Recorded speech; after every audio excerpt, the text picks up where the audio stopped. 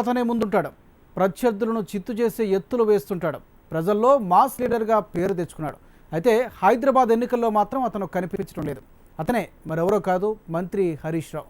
Greater ఎన్నికలకు హరీష్ రావు ఎందుకు దూరంగా ఉంటున్నారో అని కార్యకర్తలు సందేహం వ్యక్తం చేస్తున్నారు. రాష్ట్రంలో ఎక్కడ ఎన్నికలు జరిగినా అవి సాధారణ ఎన్నికలైనా, బై ఎలక్షన్స్ అయినా, లేక ఎమ్మెల్సీ ఎన్నికలైనా అన్నింటికీ మంత్రి హరీష్ రావే ముందుంటాడు. పార్టీ అధినాయకత్వం కూడా హరీష్ కు ఎన్నికల బాధ్యతలు అప్పగిస్తూ ఉంటుంది. ఇప్పటి వరకు అతనికి అప్పగించిన అన్ని ఎన్నికల బాధ్యతలను సక్రమంగా నిర్వహించారు హరీష్. పార్టీకి విజయాలు కట్టబెట్టారు. ఒకానొక దశలో హరీష్ కు ఎన్నికల ప్రచార బాధ్యతలు అప్పగించారంటే అక్కడ కారు పార్టీకి తిరుగులేదని కార్యకర్తలు, నేతలు కూడా గట్టిగా ఫిక్స్ అయ్యేవారు.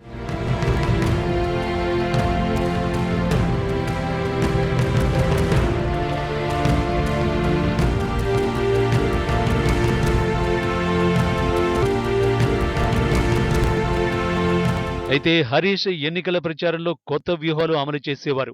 వినూత్న రీతిలో ప్రతి కార్యకర్తను కలుపుకొని పోయేవారు. విభేదాలను పరిష్కరించడంలో హరీష్ తనదైన మార్కు చూపించేవారు. కానీ ఇప్పుడు టీఆర్ఎస్ పార్టీలో అందరినీ తొలుస్తోన్న ప్రశ్న, గ్రేటర్ ఎన్నికలకు హరీష్ ఎందుకు దూరంగా ఉంటున్నారని. ప్రజల్లో మంచి ఫాలోయింగ్ ఉన్న హరీష్ గ్రేటర్ ఎన్నికల్లో ఎందుకు పాల్గొనడం లేదని నేతలను, కార్యకర్తలు ప్రశ్నిస్తున్నారు. హరీష్ రావు వస్తే పార్టీ ప్రచారం మరింత ఊపందుకుంటుందని కార్యకర్తలు ధీమా వ్యక్తం చేస్తున్నారు. మాస్ బస్తీల్లో హరీష్ తో ప్రచారం చేయిస్తే పార్టీకి మరిన్ని సీట్లు వచ్చే అవకాశం ఉందని వారు భావిస్తున్నారు.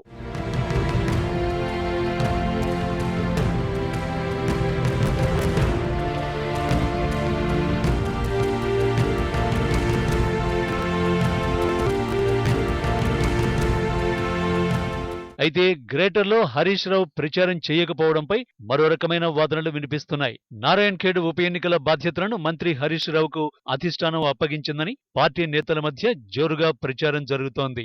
దీంతో మెదక్ జిల్లా రాజకీయాలకే హరీష్ పరిమితమయ్యారని భావిస్తున్నారు.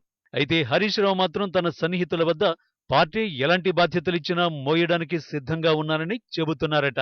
అయితే గత కొద్ది రోజులుగా హరీష్ రావుకు పార్టీలో ప్రాధాన్యత తగ్గుతోందని అతని అభిమానులు ఆరోపిస్తున్నారు. తమ లీడర్కు సరైన ప్రాధాన్యత ఇవ్వడం లేదంటూ మండిపడుతున్నారు. అయితే పార్టీ వర్గాలు మాత్రం అదేమీ లేదంటూ కొట్టిపారేస్తున్నాయి.